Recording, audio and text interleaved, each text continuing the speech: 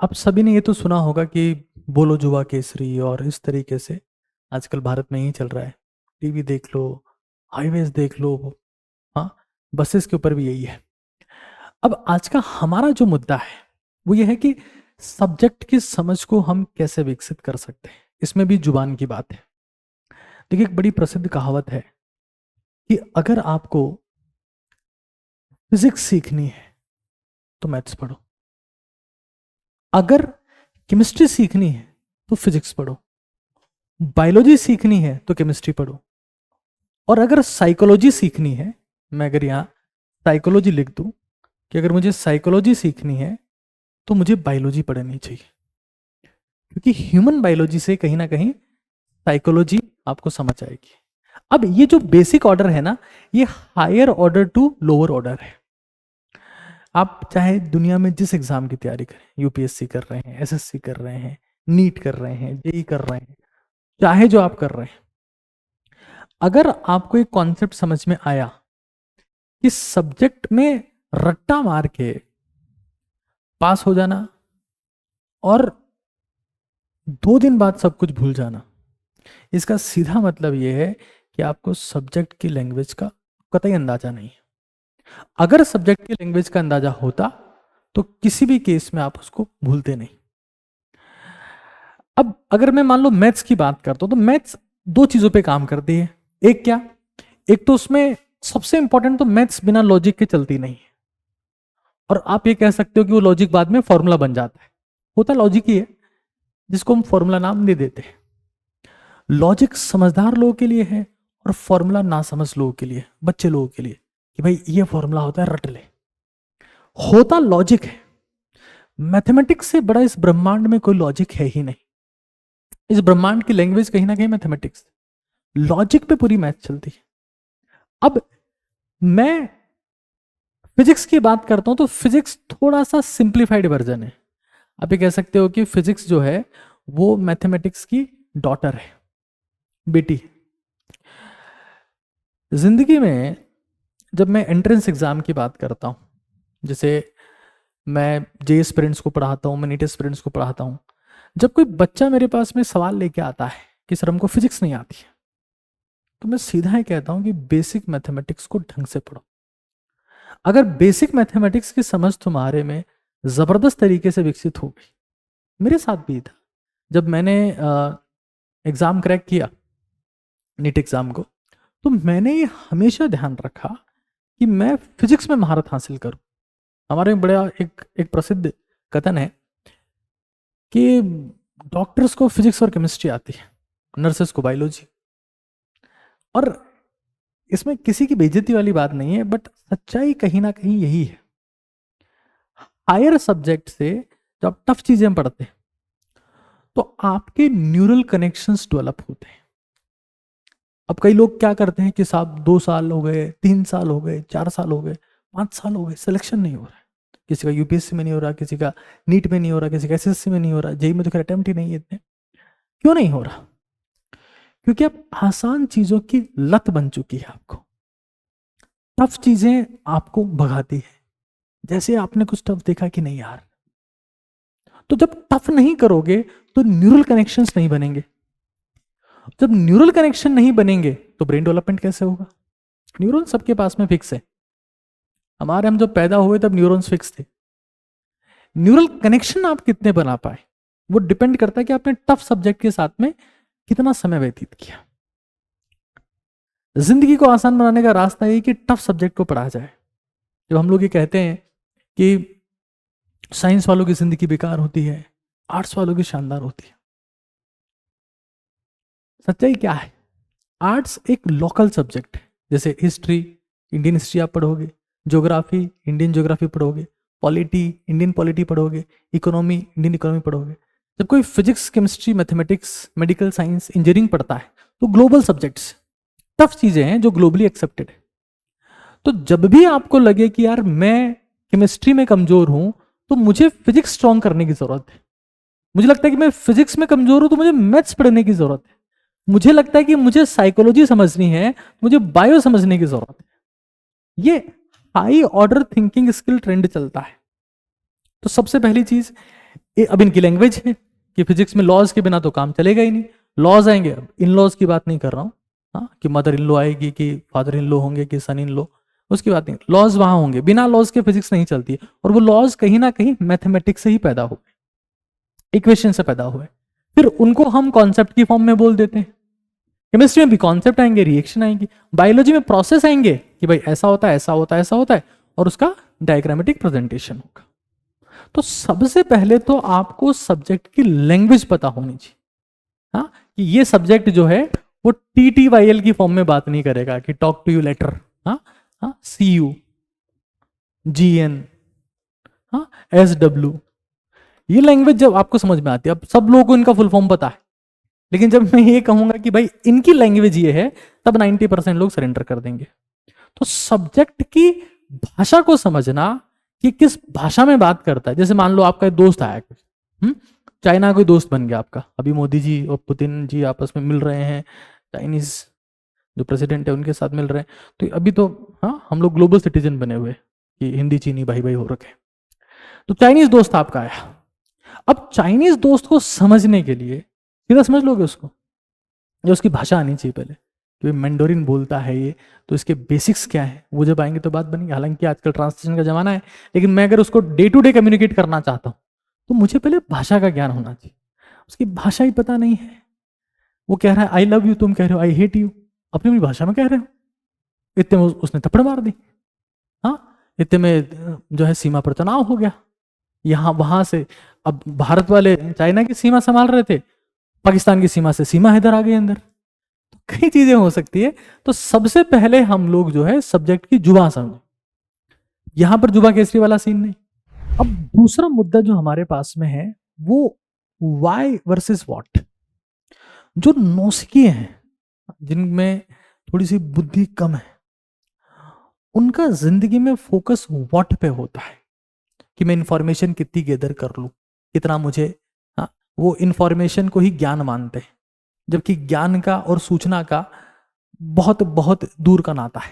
मतलब चचेरे भाई बहन भी नहीं है, मतलब चचेरे के चचेरे के चचेरे के, हाँ, मचेरे, बहुत बहुत दूर दूर की बात है। ये व्हाट से आपको इंफॉर्मेशन मिलती है, इंफॉर्मेशन मिलती है, और इंफॉर्मेशन जो है वो बहुत वेरिएबल चीज है। वाई से आपको मिलती है समझ, अंडरस्टैंडिंग। अब जो रट्टू लोग हैं वो इस पे जाते हैं, और इसीलिए वो 2 दिन बाद 3 दिन बाद उस सब्जेक्ट को भूल जाएंगे। आप उनको पूछ लो, they don't have any single idea. तो आपका फोकस कहां पर है, जहां आपका फोकस होगा वहां आपकी एनर्जी फ्लो होगी। तो अब मुझे चूज करना पड़ेगा कि भाई मेरा प्रेम किससे है, वाई से है कि व्हाट से है, कि ये कैसे हुआ, ये क्या है, सेकेंडरी बात, ये कैसे हुआ। अच्छा, इसकी जगह अगर ये होता तो क्या होता। अच्छा, अगर मैं इसको हटा के ये लिख दूं तो क्या। जैसे कि मैं बहुत एक सिंपल सी बात आपको बता दूं, यहां देखना एक बार, कैसे एक समझदार इंसान सोचेगा चीजों को। फॉर एग्जाम्पल एक बहुत सिंपल सा इक्वेशन लिख रहा हूं मैं, वो सब लोगों को आता है, v equals to u plus 80, ये सब लोग जानते हैं। अब एक तो ये है कि मैंने इसको याद कर लिया कि भाई v equals to u plus 80, आज से मैं तेरी बेटी, ठीक है। अब मैं एक इसके साथ में गेम खेलता हूं, मैंने सोचा कि यार एम्पायर तो बना हुआ हूं और मैं गेम खेलता हूं कि मैं v equals to u plus 80 इसको m से मल्टीप्लाई कर देता हूं, यहां भी m से मल्टीप्लाई कर देता हूं, सब तरफ m से मल्टीप्लाई कर देता हूं, तो क्या हो जाएगा mv, ये क्या हो जाएगा mu, और ये क्या हो जाएगा m80। अब मैं अगर mv, थोड़ा सा नॉन साइंटिफिक लोगों के लिए थोड़ा सा टफ हो सकता है, चीजों को थोड़ा सा समझ के एक बार वेट करना कि कैसे जब गेम खेलते तो क्या होता है। तो mv माइनस mu करता हूं, और यहां मैं लिख देता हूं ma फोर्स होता है, ये फोर्स मल्टीप्लाई टाइम, तो ये क्या हो गया, ये हो गया mv का मतलब होता है मोमेंटम, तो ये mv माइनस mu हो गया change in momentum equals to force multiply time. तो ये जो इक्वेशन आई है ना, बहुत सारी इक्वेशन जो है साइंटिस्ट ने, कभी किसने ये बोला तो दूसरे साइंटिस्ट ने 10 साल बाद ये बोल दिया। वो कैसे बोला, इक्वेशन के साथ में खेला, वो गेम खेला इक्वेशन के साथ में, क्योंकि यार ये ऐसे है मैं उसको अगर ऐसे कर दूं तो क्या हो? वो गेम खेलोगे ना, तब डीप अंडरस्टैंडिंग डेवलप होती है। अब हमें लगता है कि नहीं ये याद कर लो यार, वाई पे जाओ कि ऐसा क्यों हुआ, और जितना तुम वाई पे जाओगे सब्जेक्ट की हाई तुम्हें उतनी कम लगेगी। मतलब सब्जेक्ट तुमसे प्रेम करने लगेगा कि अरे बंदा समझदार है, कि मेरे को समझता है। होता है कि नहीं होता ऐसा? दुनिया में तुम्हारे साथ में वही लोग टिकेंगे जिनको तुम समझते हो, तो सब्जेक्ट के साथ में गद्दारी क्यों? सब्जेक्ट वही टिकेगा जिसको तुम समझना चाहते हो, जिसको तुम सहेजना चाहते हो, जिसको तुम रट के भूल नहीं जाना चाहते। तो what is information is secondary aspect, why पे ध्यान दे। फिर एक और हमारे पास में मुद्दा है।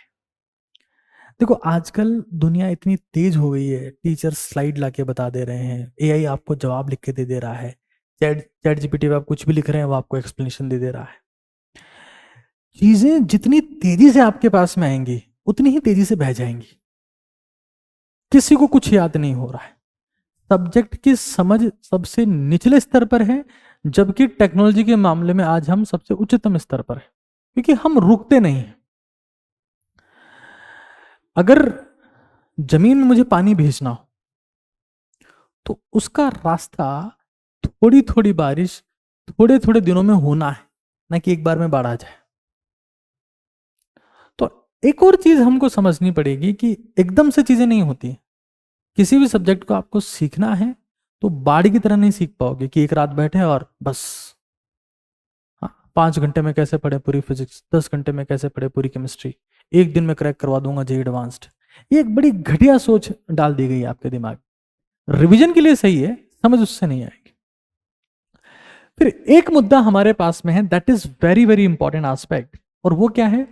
विजुअलाइजेशन और स्टोरी टेलिंग। इसमें अपनी दुख भरी कहानी नहीं सुनानी है कि मेरे साथ में ऐसा हुआ, फिर उसने मेरे साथ चीटिंग करी, फिर धोखा दिया, उसने कहा अच्छा सिला दिया तूने मेरे प्यार का। तो जब उसने कहा अच्छा सिला दिया तो मैंने कहा पहन ले जब अच्छा सिला दिया तो। ये बात नहीं है। स्टोरी का मतलब ये है कि आपको एक बार कोई चीज समझ में आ गई, आप उससे रूबरू हो गए, आप जान गए, अब अपने दिमाग में उसके साथ में गेम प्ले करो, सोचो उसको, सोचो, खुद ही खुद को सुनाओ, खुद ही खुद को सुनाओ। तेरे को पता है क्रैप साइकिल में क्या होता है? पहले ये होता है, फिर ये होता है, फिर ये होता है, फिर ये होता है। खुद को सुनाओ। If you can listen your self, अगर तुम अंतर मन की आवाज खुद को सुना सकते हो तो एक दिन ये पूरी दुनिया तुमको सुनेगी, और ये हर फील्ड में वैलिड है। जो इंसान खुद से बात करना सीख जाता है, पूरी दुनिया उससे बात करने को तरसती है। और ये हमको पढ़ाई से ही विकसित होता है हमारे में, कि भाई हम ये जान लें कि अगर मैं देखो, ब्रेन लव्स फोटोज।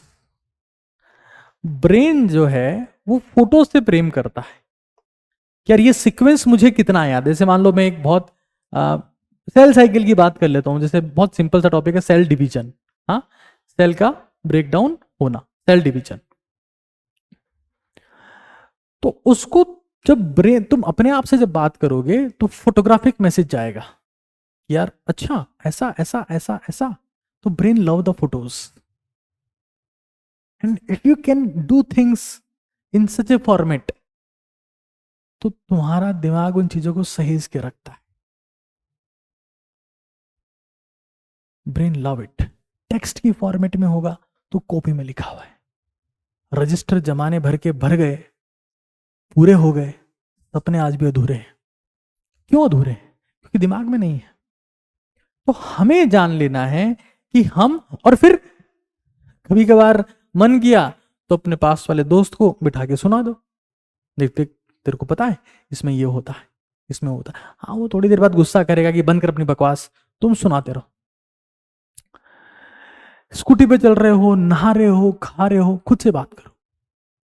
अगर एग्जाम क्रैक करना है, अगर सब्जेक्ट में महारत हासिल करनी है, महारत, देखो महारत हासिल करने का रास्ता यही है। कोई इंसान किसी भी फील्ड में महारती बना, फॉर एग्जाम्पल रोनाल्डो की बात करता हूं। अगर किसी बेवकूफ को लगता है कि रोनाल्डो फुटबॉल के मैदान में आके फुटबॉल खेलना शुरू करता है तो सबसे बड़ी बेवकूफ़ी है। उसके दिमाग में फुटबॉल है, तब वो रिफ्लेक्स में आता है, एक्शंस में आता है। किसी को लगता है कि विराट कोहली जब ग्राउंड पे आता है तब वो शॉट मारने का सोचता है, या वो हिट करता है, बॉल को टाइम करता है, वो दिमाग में करता रहता है भाई। Everything is mind. Chess player तो जब चेस बोर्ड पे आएगा तब जाएगा, हर चाल वो दिमाग में कई बार चल चुका है। उनके जो प्रो लेवल पे लोग हैं उनके दिमाग में चलता ही वही है, वो मशीन बन चुके हैं। तो अपने ब्रेन को खाना खा रहे हो बैठ के तारक मेहता का उल्टा चश्मा लगा के, इट मेक्स नो सेंस। दिमाग में जो चलेगा वही जिंदगी में दिखेगा। जब किताबें सामने हैं तब कंटेंट चल रहा है, उसके बाद में खेल खत्म। तो हमको वो एक महारत आती है मनन से। अगर मनन होगा तो महारत अपने आप आ जाएगी, मनन नहीं होगा तो महारत किसी भी कीमत पर विकसित करना असंभव है। ठीक है। अब जैसे मान लो यहां पर मैं अगर ये कहूं कि कोई इस वीडियो को लेट्स सी कोई जेई एस्पिरेंट, आप लोग तो देख ही रहे हैं, जेई और नीट एस्पिरेंट देखेगा ऑनलाइन फॉर एग्जांपल, तो हम लोगों ने नीट का भाई मैंने तो बोल दिया कि सब्जेक्ट ये है, फिजिक्स पढ़नी है तो मैथ्स पढ़ो, अगर केमिस्ट्री पढ़नी है तो फिजिक्स पढ़ो। वो कहते हैं कि सर हम पढ़े कहाँ से, कौन हमको सिखाएगा। तुम नीट का जी आपके ऊपर, जब आप टॉप कोर्सेज में जाएंगे तो आप बेसिक्स के कुछ 10-15-20 लेक्चर मेरे भी हैं, फिजिक्स के भी हैं, विजय सर के, यू विल लव देम। आपको फील आएगा कि यार ऐसा सब्जेक्ट फ्लो होता है,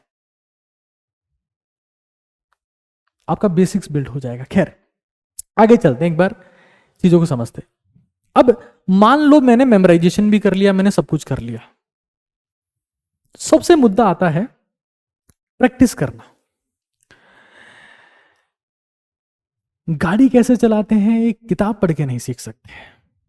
तैरना सीखें 5 रुपए की किताब से, उसको जब पानी में धक्का दोगे डूब जाएगा किताब के समेत। Every subject is certainly A practice game. It's a practice game, it's a practice game.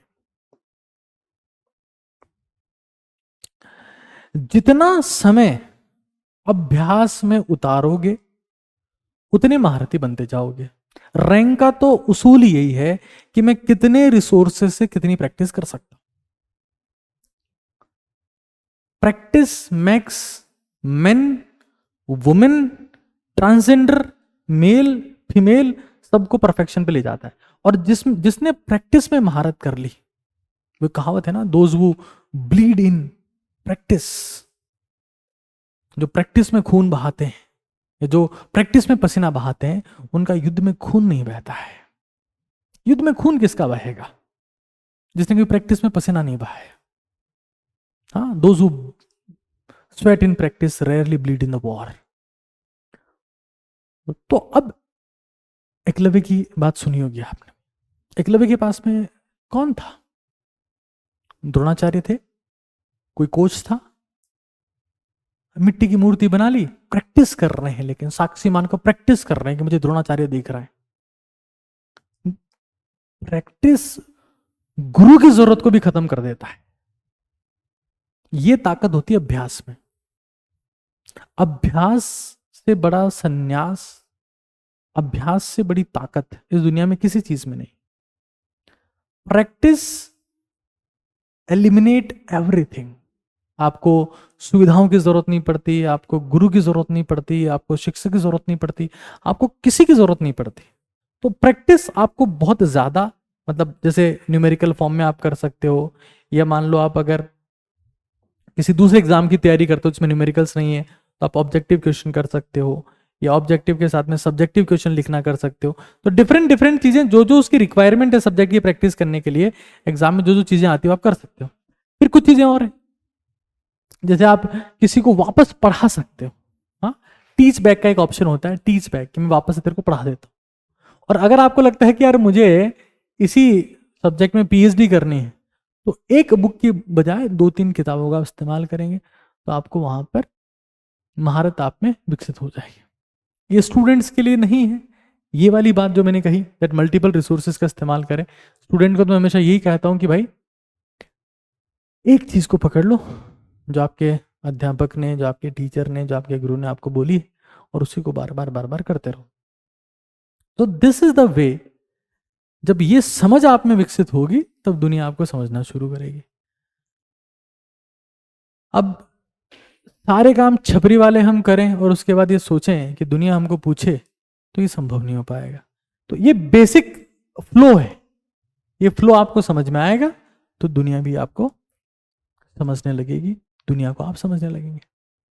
और सब्जेक्ट की एक भाषा होती है, जब तक उससे रूबरू नहीं होगे सब्जेक्ट हमेशा आपको निराश करके भेज देगा और आप उदास होके सब्जेक्ट को बंद कर दोगे, नफरत करने लगोगे आपस में कि मुझे फिजिक्स से नफरत है, मुझे मैथ से नफरत है। क्यों? क्योंकि वो कहता है हेलो आई लव यू, आप कहते हो थप्पड़ मार दूंगा, क्योंकि आपको लैंग्वेज ही नहीं पता। Learn the language, learn the subject.